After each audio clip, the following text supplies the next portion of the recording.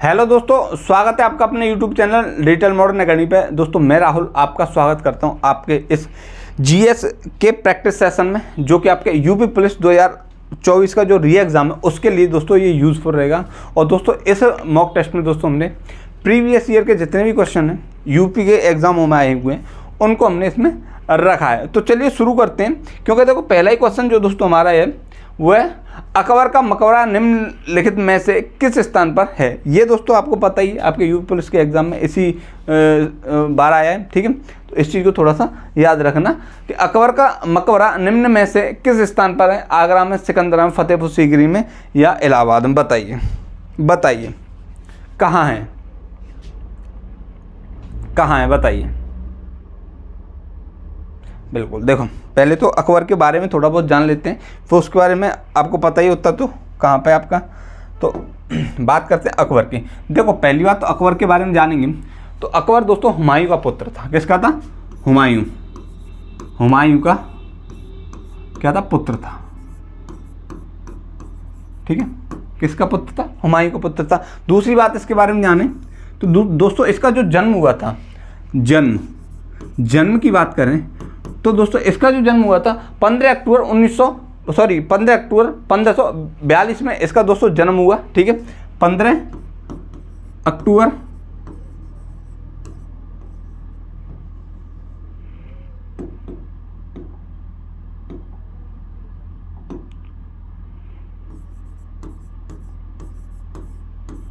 1542 में दोस्तों कहाँ पे? अमरकोट, पाकिस्तान। प्रेजेंट टाइम में ये जो अमरकोट है पाकिस्तान में चला गया था। पहले क्या था, पूरा हिंदुस्तान का एरिया था, ध्यान रखना। पाकिस्तान और भारत का जो एरिया था, ठीक है, वो एक ही था। तो कहाँ पे जन्म हुआ? आपके उमरकोट में दोस्तों इनका जन्म हुआ, जो कि कहाँ है? पाकिस्तान में। ध्यान रखना कहाँ पे? पाकिस्तान में ये स्थान पड़ता है। ठीक है, बात करें दोस्तों इनके शासनकाल की, अकबर की, तो 1556 से लेकर 1605 ईस्वी तक दोस्तों इनका शासनकाल रहा। ठीक है, 1500 शासनकाल की बात करें तो दोस्तों 1556 से लेके 1605 ईस्वी तक दोस्तों इनका क्या रहा? इनका शासनकाल रहा। ठीक है, इनकी जो दोस्तों राजधानी में ये जो बनाई थी, ठीक है, इनका जो मृत्यु हुई थी वो दोस्तों मृत्यु हुई थी आपकी फतेहपुर सीकरी में। कहाँ पे? फतेहपुर सीकरी में हुई थी। फतेहपुर सीकरी में दोस्तों इनकी क्या हुई? मृत्यु हुई। लेकिन दफनाया गया दोस्तों इनको सिकंदरा, आगरा में। ठीक है, सिकंदरा आगरा के पास एक जगह है। ठीक है, थोड़ा हालांकि तो अब तो वो आगरा में ही मिल गया है। ठीक है, लेकिन उस टाइम पे क्या था, थोड़ा सा दूर पड़ता था। जो मेन आगरा है वहाँ से, यानी ताजमहल और सिकंदरा की थोड़ी दूरी है, 15-16 किलोमीटर की दूरी है। लेकिन प्रेजेंट टाइम में वो आगरा में ही सम्मिलित हो गया है। तो दोस्तों जो इनका मकबरा था वो दोस्तों सिकंदरा में है। कहाँ पे?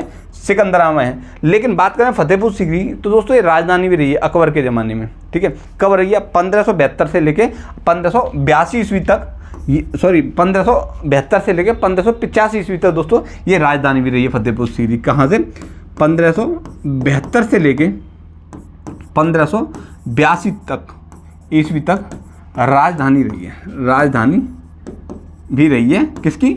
अकबर के मुगल शासकों की क्या रही है? राजधानी भी रही है। अच्छा, यहाँ पे बुलंद दरवाज़ा भी है। कहाँ पे? फतेहपुर सीकरी में बुलंद दरवाज़ा कहाँ पे? फतेहपुर सीकरी में। ठीक है, लेकिन क्वेश्चन ऐसे नहीं आता बुलंद दरवाज़ा कहाँ पे, ये सबको पता है, लेकिन ये पूछ लेता है कि कौन सी विजय के बाद जो बुलंद दरवाज़ा उसका निर्माण करवाया। तो दोस्तों किसकी? गुजरात विजय। ठीक है, गुजरात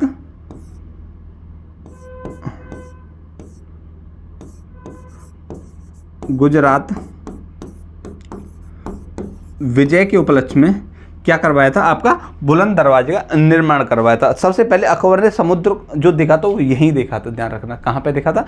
गुजरात में। ठीक है, तो ये चीज़ आपको सारी चीज़ें समझ में आ गई। अकबर का जन्म कहाँ हुआ था? आपका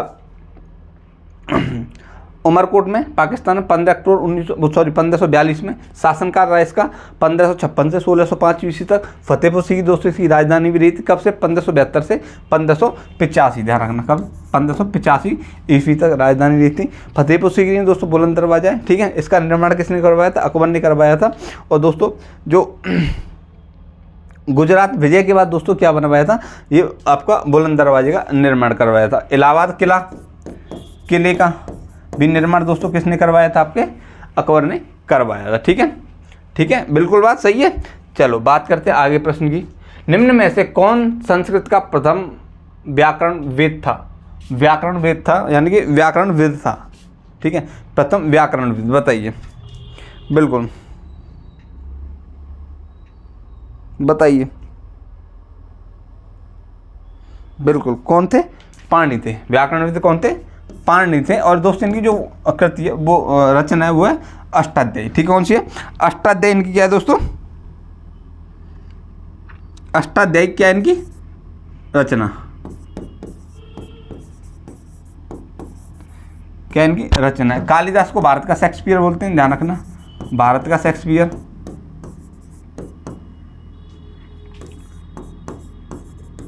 शेक्सपियर ध्यान रखना, ठीक है, भारत का शेक्सपियर बोलते हैं किसे, आपके कालिदास को। कल्लड़ की जो रचना है दोस्तों वो कौन सी आपकी, कौन सी, राज तरंगिणी, कौन सी, राज तरंगिणी, किसकी रचना आपकी, किसकी है, कल्लड़ की, ध्यान रखना। तो संस्कृत का प्रथम व्याकरण वेद कौन था, आपका पाणिनि था। इसकी जो रचना है दोस्तों कौन सी आपकी, अष्टाध्यायी है, ठीक है। भारत को कालिदास को भारत का शेक्सपियर बोला जाता है। कल्लड़ की जो दोस्तों रचना है वो आपकी कौन सी, राज तरंगिणी, ध्यान रखना। नेक्स्ट प्रश्न है, कौन सा वेद धार्मिक अनुष्ठानों से संबंध रखता है, धार्मिक अनुष्ठानों से संबंध रखता है। ऋग्वेद, आपका यजुर्वेद, सामवेद, अथर्ववेद। देखो ऋग्वेद की बात करें तो दोस्तों ये क्या है, ये सबसे प्राचीन वेद है, सबसे प्राचीन वेद, प्राचीन वेद की बात की जाए तो दोस्तों कौन सा, ऋग्वेद है, ठीक है। इसमें कितने मंडल हैं, 10 मंडल हैं, ठीक है। और 1028 सूक्तियाँ हैं, ठीक है। 10 मंडल और 1028 दोस्तों सूक्ति, सूक्ति मतलब श्लोक। कितने श्लोक हैं आपके, 1028। बात करें सामवेद की तो दोस्तों ये क्या है, गायन जो श्रेणी है वो किसमें है आपके, सामवेद में, ध्यान रखना।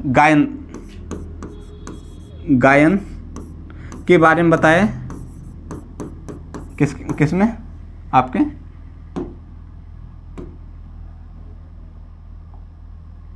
ठीक है, किसमें आपके, गायन के बारे में दोस्तों किसमें, गायन शैली किसमें आपकी, आपके सामवेद में। अथर्ववेद की बात करें, तंत्र मंत्र जादू टोना दोस्तों किसमें आपके, अथर्ववेद में।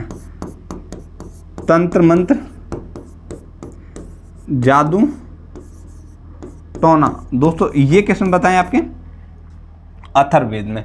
और दोस्तों धार्मिक अनुष्ठानों का जो वेद है दोस्तों कौन सा है, यजुर्वेद है। कौन सा है, यजुर्वेद, ध्यान रखना, ठीक है। नेक्स्ट क्वेश्चन है हमारा, उत्तर प्रदेश में लोकसभा सीटों की संख्या है, लोकसभा सीटों की संख्या क्या है, बताइए आपके 31, 100, 80, 404। देखो 31 की बात करें दोस्तों ये क्या है आपकी, ये है दोस्तों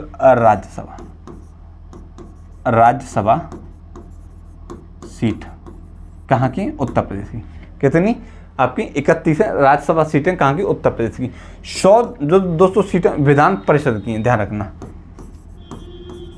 विधान परिषद की सीट कितनी दोस्तों उत्तर प्रदेश में, 100 है, ठीक है। 404 हैं दोस्तों आपकी किसकी, विधानसभा की, विधानसभा सीट, विधानसभा सीट कितनी है आपकी, 404।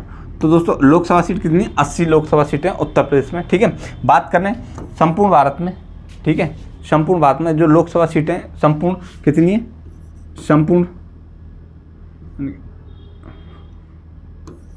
लोकसभा सीट कितनी है, लोकसभा सीट कितनी है आपकी प्रेजेंट टाइम में, 545 सीट हैं, ध्यान रखना, ठीक है। लेकिन जो चुनाव कराया गया है 2024 में वो कितने पे, 543 सीटों पे दोस्तों चुनाव होता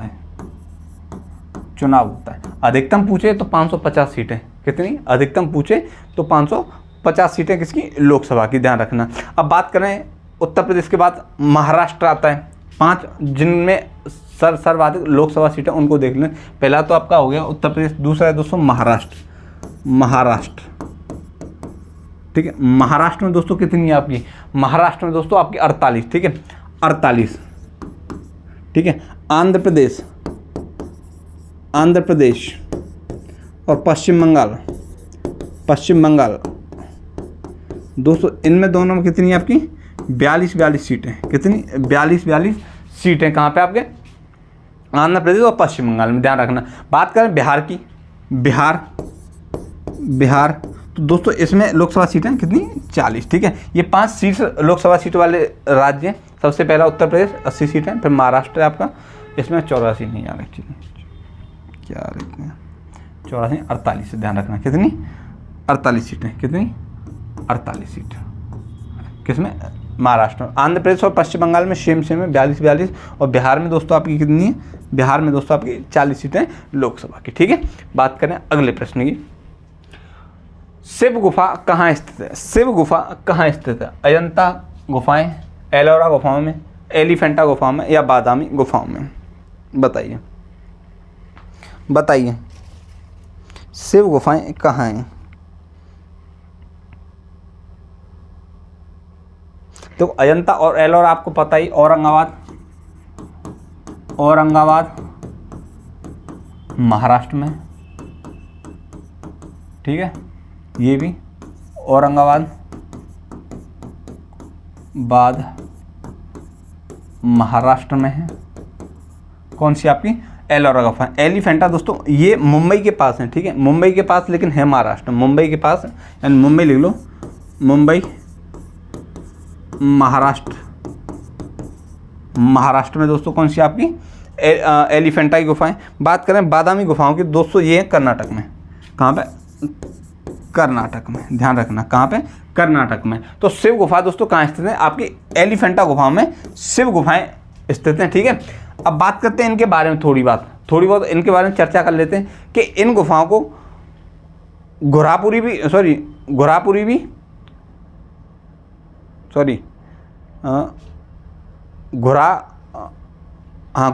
इन गुफाओं को घोरापुरी गुफाएं बोलते हैं। कौन सी, इन लिख लो, गुफाओं को घोरापुरी गुफा भी बोलते हैं, गुफा भी कहते हैं। इन गुफाओं को घोरापुरी गुफा भी कहते हैं। इसमें दोस्तों कितनी गुफाएं, 7 गुफाएं, ठीक है, 7 गुफाएं इसमें, ठीक है। इसमें से 5 जो गुफाएं दोस्तों, 5 गुफाएं किसके लिए, हिंदू धर्म की हैं, ध्यान रखना, हिंदू धर्म से संबंधित हैं, ऐसा बोल देना। और दोस्तों जो 2 गुफाएं दोस्तों वो आपके बुद्ध धर्म से संबंधित, 2 गुफाएं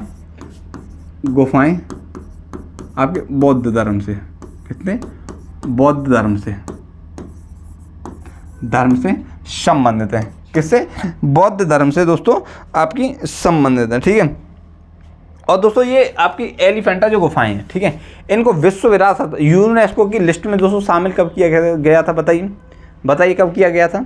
बिल्कुल 1987 में दोस्तों, लिख लो 1987 में इनको विश्व विरासत सूची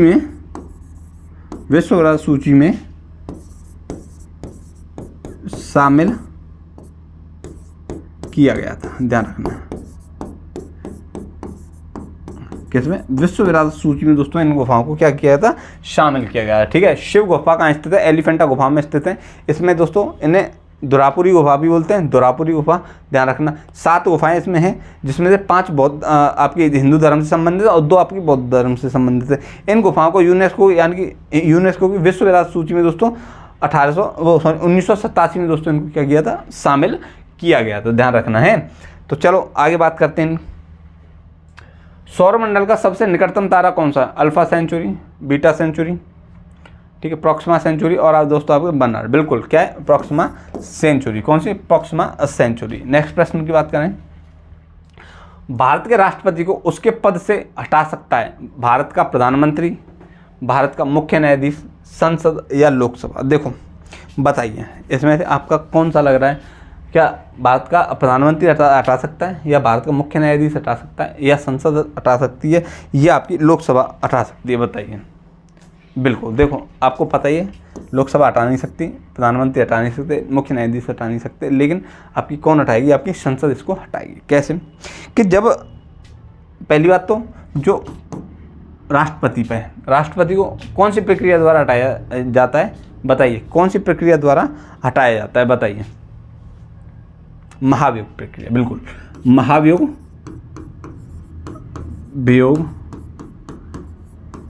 प्रक्रिया द्वारा हटाया जाता है। पहली बात तो हटाया जाता है, ठीक है।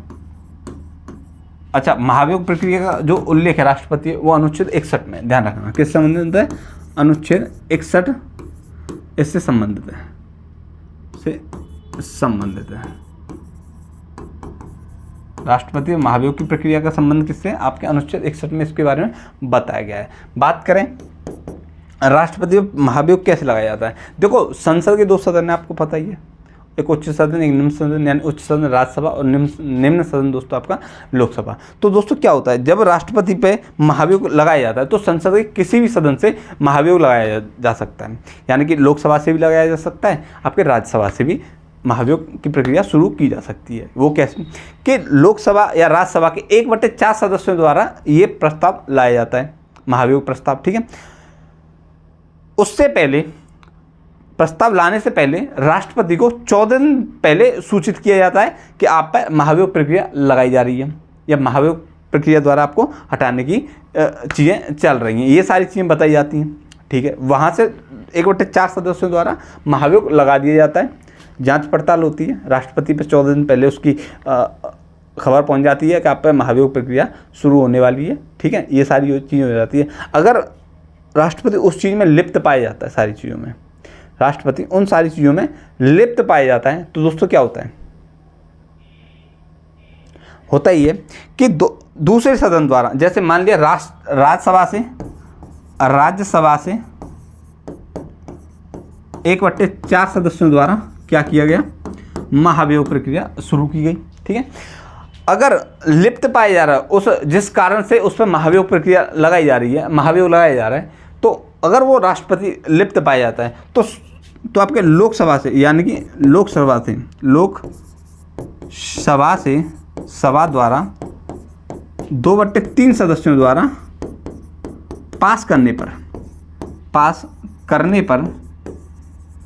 पर क्या हो जाएगा? राष्ट्रपति को हटा दिया जाता है, ठीक है। ये सारी चीज़ें इसमें होती हैं, बस इतना ध्यान रखना। राष्ट्रपति को हटा कौन सकता है? संसद द्वारा हटाया जाता है, महाभियोग प्रक्रिया द्वारा हटाया जा सकता है।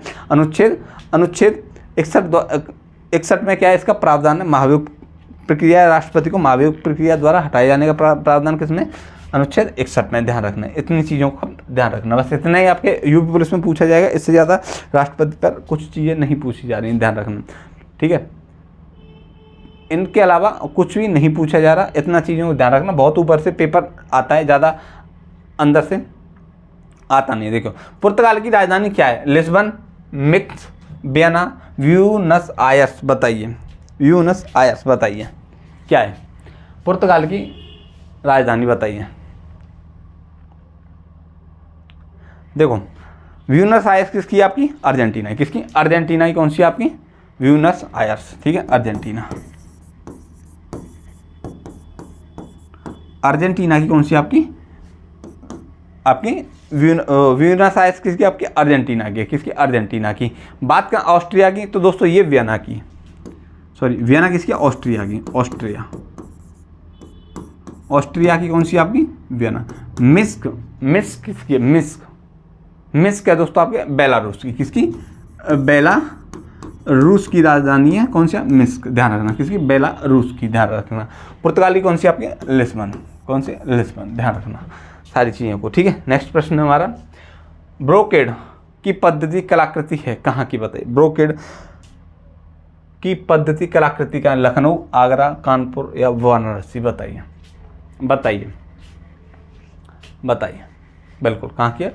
वाराणसी की दोस्तों ये आपकी पद्धति है, कलाकृति एक तरह से कला है, पेंटिंग है, इसी को ध्यान रखना आप, ठीक है। कलाकृति है, पेंटिंग टाइप में। बात करें लखनऊ की, बात करें दोस्तों अगर लखनऊ की, तो दोस्तों लखनऊ में देखो क्या कहना, जरी का काम हो रहा है। जरी या चिकन का काम दोस्तों कहाँ होता है? आपके लखनऊ में, ध्यान रखना। जरी या चिकन, चिकन का कार्य, चिकन वो नहीं काटने वाला, चिकन मतलब एक तरह से बुनाई, कढ़ाई, कपड़ों पे कढ़ाई होती है, चिकनकारी जैसे बोलते हैं, ध्यान रखना। कहीं बहुत से बच्चे इस चीज़ को सोचें चिकन वो काटने वाला चिकन नहीं, मुर्गा नहीं है ये, मतलब जरी कढ़ाई जो होती है, चिकन, ठीक है। जरी और चिकन का काम, जरी, एक सेकंड रुको,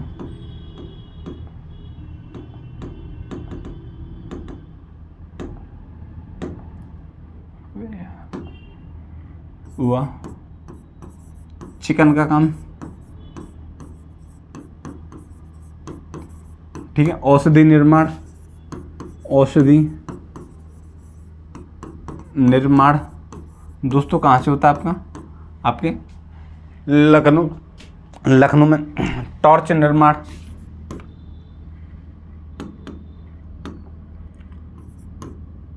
टॉर्च निर्माण ये दोस्तों कहाँ पे काम होते हैं? आपके लखनऊ। बात करें आगरा की, बात करें आगरा की, दोस्तों आगरा में क्या क्या काम होते हैं? जैसे गलीचा निर्माण हुआ, जरदोजी कला हुई, गलीचा निर्माण, गलीचा निर्माण, ठीक है। जरदोजी, जरदोजी, ठीक है, जरदोजी। साथ ही साथ आपका जरदोजी जो कला होती है, जरदोजी कला, ठीक है। आपका बांट निर्माण, बांट जो होते हैं, बांट निर्माण, बांट निर्माण दोस्तों कहाँ पे होते हैं आपके? कहाँ पे होते हैं? आपके आगरा में होते हैं, ठीक है। बांट निर्माण, ठीक है। दरी निर्माण, दरी का काम बहुत होता है आगरा में, ध्यान रखना। दरी निर्माण, दरी निर्माण ये दोस्तों आपके आगरा के कुछ प्रमुख उद्योग हैं। बात करें कानपुर की, तो कृत्रिम अंग इम्पोर्टेंट, कृत्रिम अंग निर्माण, ठीक। कृत्रिम अंग निर्माण कहाँ पे? आपके कानपुर में। कृत्रिम आपके अंग निर्माण, मॉडर्न बेकरी आपकी कहाँ पे? आपकी कानपुर में, ठीक है। ऊनी वस्त्र उद्योग, ऊनी वस्त्र उद्योग, ऊनी वस्त्र उद्योग, वस्त्र उद्योग, ठीक है। ऊनी वस्त्र उद्योग, मॉडर्न बेकरी, मॉडर्न बेकरी ये दोस्तों कहाँ पे? आपके कानपुर, सॉरी कानपुर में, ठीक है। बात करें वाराणसी की, तो दोस्तों यहाँ पे जरी व चिकन कारखानी, चिकन का काम, चिकन का काम मतलब कढ़ाई, चिकन का काम,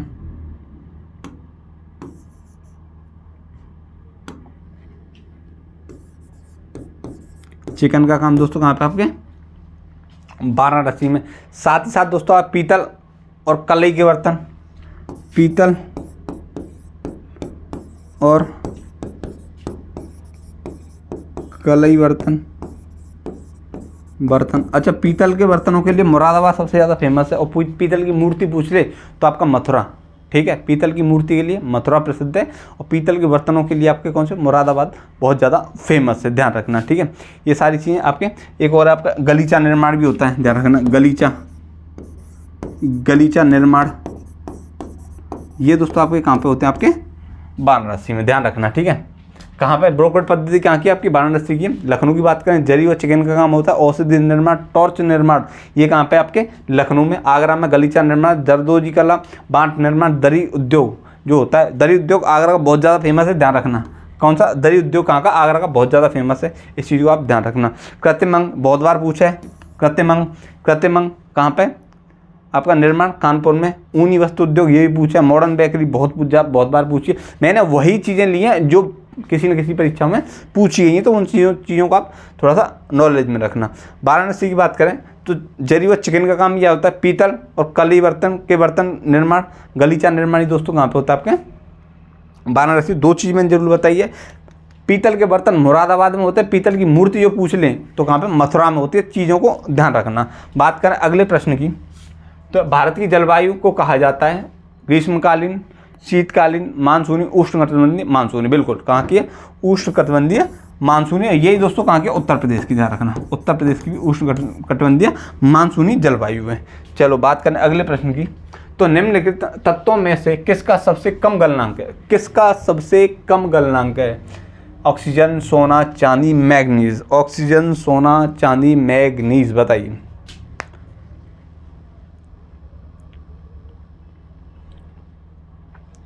देखो बात करें सबसे कम गलनांक की बात कर रहा है, वो सबसे कम गलनांक की बात कर रहा है दोस्तों ऑक्सीजन है।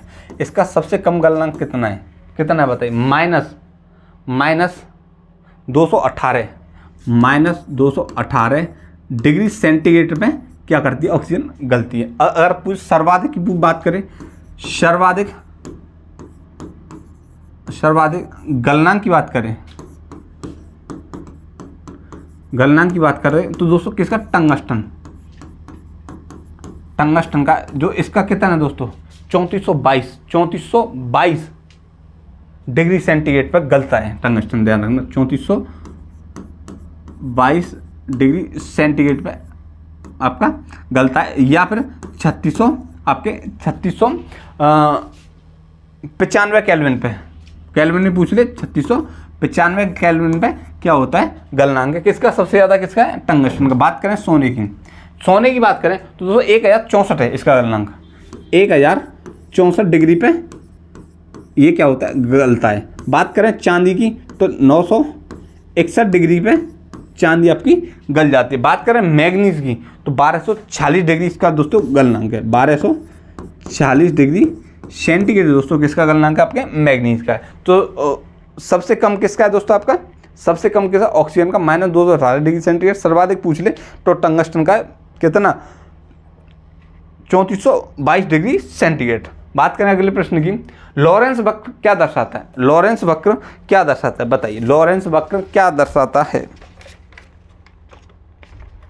लॉरेंस वक्र क्या दर्शाता है, बताइए,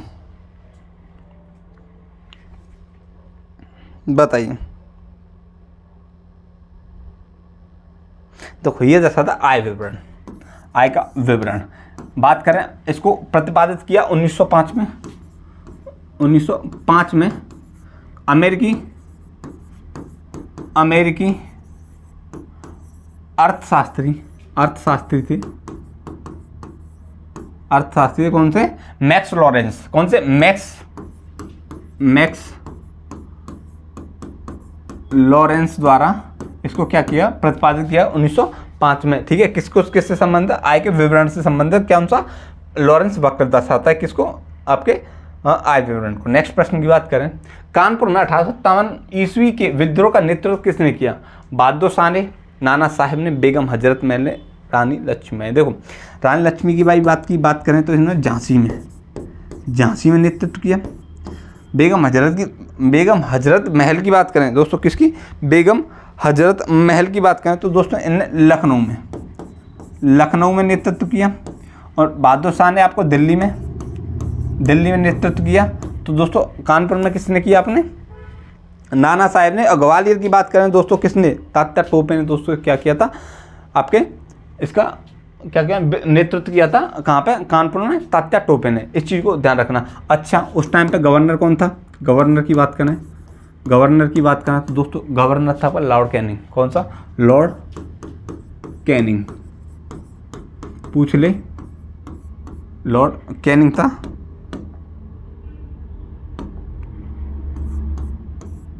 लॉर्ड कैनिंग था कहाँ पे, गवर्नर जनरल का उस टाइम का, कहाँ का, भारत का। ठीक है, अच्छा इसका चिन्ह क्या था, चिन्ह या प्रतीक क्या था, प्रतीक की बात करें तो दोस्तों कमल और चपाती, ठीक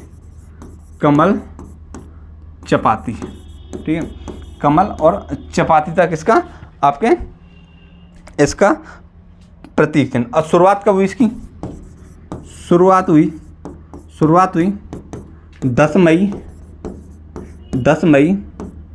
आपके 1857 को दोस्तों क्या हुई, इसकी शुरुआत हुई। अच्छा यहाँ तक चीज़ें समझ में आ गई, यहाँ तक सारी चीज़ें समझ में आ गई। एक बात और कर लेते हैं, तात्कालिक कारण पूछ लें। तात्कालिक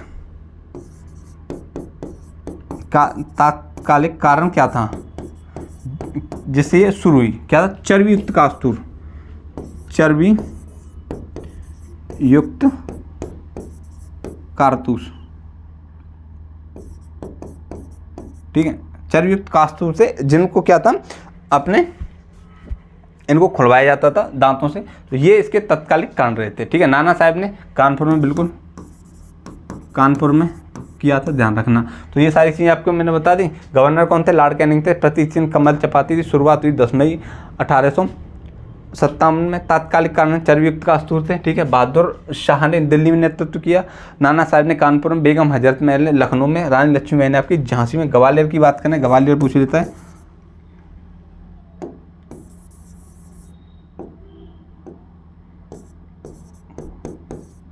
ग्वालियर की दोस्तों बात करें तो किसने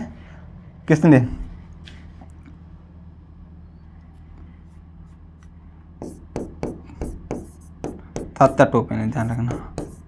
यहाँ पे दोस्तों क्या किया? नेतृत्व किया। बात करें अगले प्रश्न की, तो वर्तमान में मुख्य चुनाव आयुक्त कौन है? वर्तमान में मुख्य चुनाव आयुक्त सुमन बेरी, राजीव कुमार, DY चंद्रचूड़, कृष्णचंद्र मुर्मू। देखो, सुमन बेरी आपको पता है नीति आयोग के उपाध्यक्ष हैं। नीति आयोग के उपाध्यक्ष, नीति आयोग के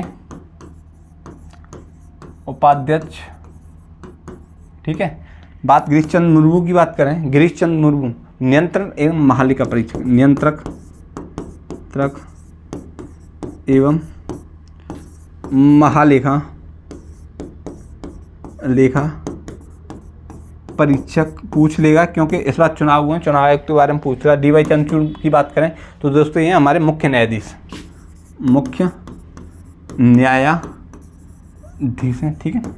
बात करें किसकी? वर्तमान में भारत के चुनाव आयुक्त कौन है? आपके राजीव कुमार है। कौन है? राजीव कुमार है, ठीक है। अब इनके, और ये तो मुख्य चुनाव आयुक्त हैं। चुनाव आयुक्त की बात करें तो ज्ञानेश कुमार हैं और सुखबीर सिंह सिंधु, इनके 2 चुनाव आयुक्त हैं। कौन? ज्ञानेश कुमार और सुखबीर सिंह सिंधु। सुखबीर सिंह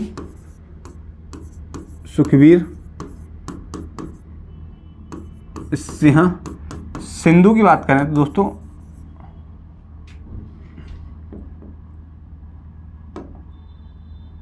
सुखबीर सिंह सिंधु की बात करें तो दोस्तों ये आपके कौन? आपके चुनाव आयुक्त, ठीक है, सिंधु, ठीक है।